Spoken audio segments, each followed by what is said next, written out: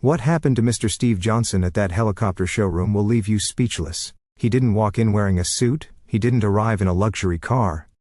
But that morning, Steve pulled into the dealership lot with something far more powerful than a designer watch or slicked back hair. He carried pride, purpose, and a dream that had been generations in the making. His dusty Ford pickup coughed to a stop between rows of BMWs and Audis. He stepped out, brushing dirt from his faded jeans. His boots were caked with mud from the same soil that had fed his family for over 40 years. The same soil his father had bled into, the same land his grandfather was once denied ownership of. Steve adjusted his old trucker cap, eyes locked on the building ahead, a shimmering palace of wealth and machinery. It was the top helicopter dealership in the state, and Steve had an appointment with the regional sales director. He wasn't here to browse, he was ready to buy. But the moment he walked through those glass doors, the temperature shifted. The receptionist gave a once-over and forced a plastic smile. "Can I help you?" she said, as if he didn't belong. Steve stood tall. "Yes, ma'am. I've got an appointment with Mr. Whitaker, Steve Johnson. I'm interested in the Agriflyer 9 times. The room behind her buzzed.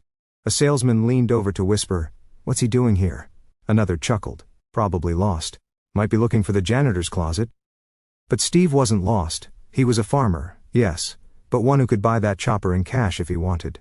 What happened next? That's where this story truly begins.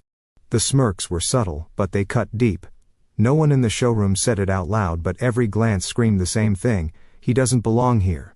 Steve Johnson, with calloused hands and mud-dusted boots, stood in a place that catered to tech tycoons and Wall Street elites. But Steve wasn't fazed. He'd seen worse, lived through worse. The receptionist's voice dripped with polite dismissal. "Sir, the Agriflyer 9 times is one of our most premium models. It starts at—" "I know the price," Steve said calmly, pulling a manila envelope from his jacket. "And I've got the paperwork ready for a direct wire transfer. I spoke with Mr. Whitaker. He said to come in today." Her eyes widened for a moment, then narrowed. "One moment." She disappeared behind a frosted glass door. While Steve waited, a younger salesman strutted over, clearly uninvited. "Hey, just so you know, this isn't a public tour. These choppers ain't just for show." Steve raised an eyebrow. "Neither am I." The man laughed. "Right. So what do you farm exactly? Chickens, corn, or just dreams?" Steve didn't answer. Instead, he stepped toward a model on the floor, the Agriflyer 9 times, the very machine he came to see. Its glossy black body reflected his silhouette, plain, weathered, and real. Behind him, snickers echoed. A woman whispered, "Maybe he thinks he'll trade crops for flight time." Steve stood firm. This wasn't about vanity, it was about legacy, about efficiency, about transforming the way black farmers like him worked the land with pride and innovation. He looked around, not with shame but quiet confidence. Because while they mocked his appearance, they had no idea whose name was on that wire transfer. And that reality was about to slap them all in the face. What happens next will restore your faith in justice. As Steve stood beside the Agriflyer 9 times, the atmosphere in the showroom was growing tenser. The laughter had faded into murmurs. Eyes tracked him now, not with humor, but confusion. Something about the way he carried himself didn't match the story they'd written in their heads. And then, the glass doors at the back of the showroom slid open. A tall, sharply dressed man with silver-streaked hair walked in, carrying a leather portfolio and talking into a Bluetooth earpiece. Everyone went silent. It was Daniel Whitaker, CEO of Skyrise Aviation, and the very man Steve had spoken with just 2 days ago. The receptionist rushed forward. "Mr. Whitaker, we have a situation. A man." But Whitaker didn't wait for her to finish. His eyes had already found Steve, and what happened next dropped jaws across the room. He smiled. "Steve Johnson," he said, striding toward him. "Right on time. I trust you didn't have any trouble finding the place?" The room shifted. The receptionist's lips parted. The rude salesman paled. Steve extended a hand, firm and calm. "Not at all. But your folks here seem surprised to see me." Whitaker gave a tight nod, his face darkening. "That'll be addressed immediately." Then, turning to the stunned staff, he said, loud enough for the entire showroom to hear, "Mr. Johnson isn't just any client. He's a major investor, and his purchase today will be one of the largest single cash sales we've processed this quarter." Gasps, shuffling feet, embarrassed stares, and Steve, he just smiled. Because respect isn't something you wear, it's something you earn and own. Watching disrespect turn into regret is something everyone needs to see. The moment the CEO's words landed, the room shifted from arrogance to awkward silence. The very people who mocked Steve moments ago were now looking at him like they had seen a ghost, or worse, their own reflection. The rude salesman Jeff cleared his throat and stepped forward with forced politeness. Mr. Johnson, we didn't realize you were expecting Mr. Whitaker." Steve didn't flinch. His voice was calm but sharp. "You didn't ask. You assumed." The receptionist looked like she wanted to melt into the floor. Her eyes darted to the CEO, silently begging for a lifeline. None came. Daniel Whitaker, ever professional but clearly displeased, turned to his team. "Let me be perfectly clear, Mr. Johnson isn't just a customer. He owns nearly 12,000 acres of land across 3 states. He's single-handedly pushing sustainable aviation and agriculture. The very kind of innovation this showroom is supposed to stand behind." Silence. Steve could feel every eye on him, but this time there was no mocking, no whispering, just shame, and a dawning realization of how badly they'd misjudged him. Then something powerful happened. Steve walked back to the front desk, where he had been ignored earlier, and picked up the brochure that had been tossed aside. He held it up, met the receptionist's eyes and simply said, "I'll take the AgriFlyer 9 times, full custom, color black and gold, like the soil and the harvest." The CEO nodded proudly. "Excellent choice." And just like that, Steve Johnson, the black farmer they had laughed at, became the man none of them would ever forget. Sometimes the man they doubted turns out to be the one writing the future. As the order was confirmed, Steve turned to face the stunned showroom staff. He didn't need to gloat. His very presence, his calm, commanding poise, was doing the speaking for him. Daniel Whitaker walked over, gesturing toward a private lounge. "Let's talk specs, Steve. You've got a vision I want our engineers to hear." But before they left the main floor, a younger employee whispered, "How did he even afford a helicopter?" He wasn't trying to be rude, just genuinely baffled. Steve overheard. He turned around, and this time, he shared a piece of his journey. "I wasn't always in a position to buy something like this," he began. "I come from 3 generations of black farmers who worked the land when the banks wouldn't loan us $1 and the government refused to see us. I've lost crops to storms, lawsuits, and prejudice. But I've never lost faith." The room was silent again, but this time with respect. He continued, "My boots are stained with more dirt than some of y'all will see in your lifetime. But that dirt grew food. That dirt raised families. That dirt funded this deal." Daniel smiled proudly, adding, "And that dirt?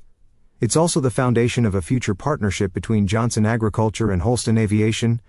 Steve gave a single nod, the kind that said, "We're just getting started." And right there, in a place where people once laughed at a black farmer in worn boots, a multi-million-dollar deal was born. What happens when truth walks into a room full of assumptions will leave you speechless. Back in the showroom, Mr. Wallace, the senior salesman who had mocked Steve earlier, was visibly uncomfortable. His hands fidgeted with a silver pen, his eyes darting around the room, trying to find an escape from the reality now sitting in front of him. He finally approached Steve, face flushed. "Mr. Johnson, I owe you an apology. I misjudged you. It wasn't right." Steve looked at him, expression unreadable. For a moment silence stretched like a rope about to snap. "You didn't just misjudge me," Steve replied evenly. "You judged every man who looks like me, every farmer who doesn't walk in wearing a suit, every working-class soul who dared to dream beyond your expectations." Wallace opened his mouth, but Steve raised his hand. "I'm not angry," he said, "but let's not pretend this is about one bad day. It's a mindset. And if you're serious about changing, you won't just apologize to me, you'll fix how you treat every customer who doesn't look like your average millionaire." Wallace nodded, shamefaced. Daniel, watching from the side, stepped forward. "Steve, we'd be honored if you joined us as a guest speaker at our annual leadership retreat. We need more voices like yours shaking the tree." Steve gave a small smile. "I'm not here to shake trees, I'm here to plant new ones." And with that he walked toward the lounge with the grace of a man who knew his worth, not because of money but because of legacy. What this man says next will shut every mouth that ever doubted him. As Steve sat down in the private lounge with Daniel, the room outside was still. The showroom staff hovered near the edges, whispering among themselves. Not one dared approach. The same people who had rolled their eyes when Steve walked in now couldn't meet his gaze. Daniel, still impressed, leaned forward. "Steve, I know you're here to buy the helicopter, but truth be told, you just gave this room a much bigger lesson than any sale could." Steve chuckled softly. "I didn't come here to teach, I came here for a tool. I have 800 acres to maintain, and that Bell 429 will help me reach areas my trucks can't." Daniel raised an eyebrow. 800? Steve nodded. 50 years of farming. My granddaddy started with 15 acres, my daddy expanded it, I built the rest myself, through drought, discrimination and debt. Daniel exhaled. You didn't just build a farm, Mr. Johnson, you built a legacy. Just then, a young black employee named Malik quietly stepped forward. Mr. Johnson, he said, voice slightly trembling. You probably don't remember me, but 5 years ago, I saw your story in an agriculture magazine. That's why I became a pilot. Seeing someone like you, doing things people said we couldn't. Steve smiled, his eyes softening. Then I'm glad I came in today. Because maybe I wasn't here for them. Maybe I was here for you. And in that quiet moment, one thing became clear. No amount of money could buy the kind of respect Steve Johnson had just earned. Started as a humiliation turned into the most talked about moment of the year. By the next morning, the helicopter showroom wasn't the only place buzzing. A customer had quietly filmed the confrontation, from the security guard's smug laughter to Steve Johnson's calm declaration of ownership. Within hours, the clip hit social media. And by noon, it was everywhere. Hashtag Steve Johnson was trending. Black farmer walks into helicopter showroom, staff laugh, until he drops a bombshell. From dirt roads to the skies, the Steve Johnson story. Steve didn't even know it at first. He was back home, walking his fields like he did every morning, when his niece ran out of the house yelling, "Uncle Steve, you're on TikTok." He furrowed his brow. TikTok? Within minutes, reporters were calling, agriculture networks wanted interviews, civil rights groups applauded his poise. Parents told their kids his story as an example of patience, pride, and purpose. But for Steve, none of that mattered. He looked out over his land, the land that had seen his sweat, his pain, and his hope. I didn't speak up for fame, he said to a local journalist later that day. I spoke up because silence is where dignity goes to die. Meanwhile, at the showroom, the CEO ordered mandatory training for the entire staff. Malik, the young pilot, was promoted to senior test pilot. And the security guard? Let go. Steve didn't smile at that. He needed to learn, Steve said, but not like that, because real power isn't loud, it doesn't flex. It just walks in, tells the truth, and leaves everyone else to rethink what respect really looks like. Steve Johnson wasn't just building tractors anymore. He was building bridges. Within a week of the viral clip, Steve was invited to a national business leadership forum in Washington, D.C., a place filled with CEOs in sleek suits, polished speeches, and practiced handshakes.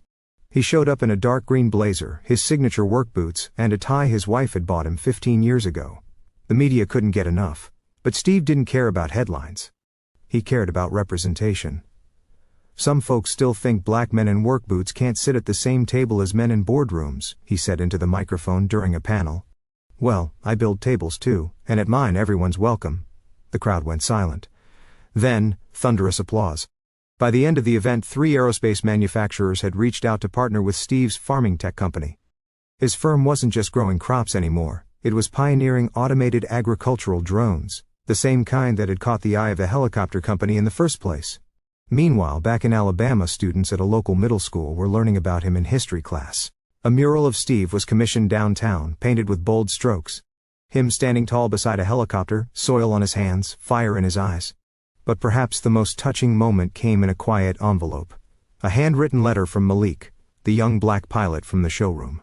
Greater than thank you for showing me I could stand tall, even when I was the only one who looked like me in the room. You weren't just a customer, you were the wake-up call the whole industry needed. Steve folded the letter gently and smiled. Because the ripple had become a wave. Steve Johnson did next changed everything. 6 months after that humiliating visit to the helicopter showroom, Steve returned, but not as a customer. This time he walked in with an entourage of investors, legal advisors, and a calm, unshakable smile. The receptionist who once looked down on him, gone. The arrogant salesman, Mr. Graham, reassigned to field operations in Nevada. But Steve wasn't here for revenge, he was here for business. The very showroom that mocked him had been struggling. Sales were flat, customer trust had dropped since the viral video, and the company was bleeding talent. Steve's tech startup, now valued at over $200 million, had just acquired controlling interest in the parent firm. He was now majority owner of the helicopter company. As he walked through the polished floors of the same showroom, every employee turned to him, not with judgment, but with respect.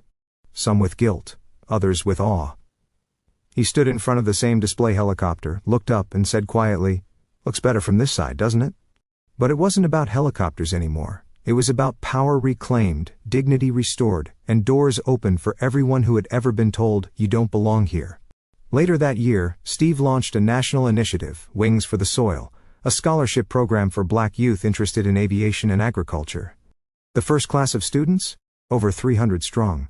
From Alabama's dusty roads to the nation's skies, Steve Johnson had proven that the sky wasn't the limit. It was only the beginning. If this story moved you, don't scroll without showing some love. Comment respect if you believe no one should ever be judged by how they look. Share this video to remind the world that dignity has no dress code, and success speaks louder than stereotypes. Follow for more powerful stories like this one, where truth, justice, and inspiration take center stage. Mr. Steve Johnson didn't just buy a helicopter, he bought back his narrative. Now it's your turn.